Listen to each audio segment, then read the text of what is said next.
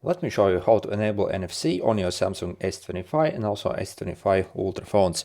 So your NFC chip is located right over here. So this is the area that you actually need to tap basically to actually pay somewhere. And to set it up, we are going to go to the settings and click connections over here and click this NFC on contactless payment. So if you want to enable, simply tap over here. Okay, and then also we can choose a default like a wallet app for your NFC. So simply select if you want to use Samsung Wallet.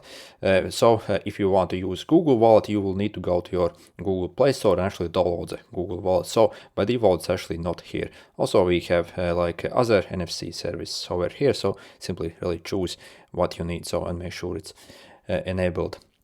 Then basically you simply need to go basically to your Samsung folder over here, and you will have this wallet icon over here.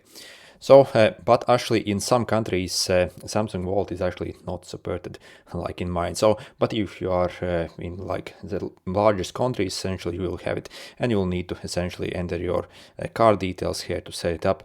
If you do not have that, you can also maybe use Google Wallet. So that actually works in most countries essentially.